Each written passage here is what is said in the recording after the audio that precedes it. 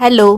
तर उद्या आहे रक्षाबंधन, म्हणजे ऑलमोस्ट लोकांना आजपासूनच सुट्ट्या असू शकता जे कॉर्पोरेटमध्ये असतील त्यांना.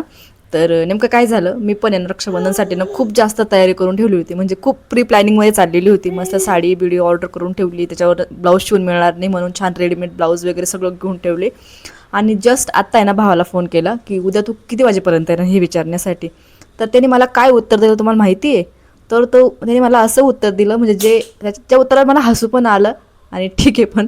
तर तुम्हाला सांगते त्याने मला उत्तर काय दिलं, कारण की ऑफिसमधल्या सगळ्या गर्ल्स ज्या आहेत, म्हणजे ज्या मुली आहेत, त्यांना उद्या सुट्टी दिली रक्षाबंधन निमित्ताने. त्यामुळे बॉईज लोकांची, जेंट्स लोकांची जी सुट्टी आहे ती कॅन्सल झाली.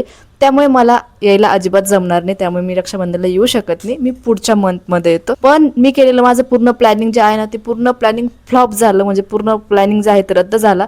पण मस्त छान अशी साडी पण ऑर्डर केली होती, ब्लाऊज शिवून मिळणार नाही म्हणून छान रेडीमेड ब्लाऊज पण घेतलं. पण तो आता रक्षाबंधनला येणार नाही. तर अशी एकदम सुंदर साडी मागवली. बघू शकता ना, असं ब्लॅक कलर आहे आणि ही इतकी कमाल आली आहे. मी ही रक्षाबंधनसाठी घालण्यासाठी ना ही 15 दिवसांपासून ही साडी ना अशीच ठेवलेली, नेसलेली नाही यार. म्हटलं रक्षाबंधनला छान लुक तयार करूया, छान रक्षाबंधन सेलिब्रेट करूया. आणि माझा खूप मोठा पोपट झाला.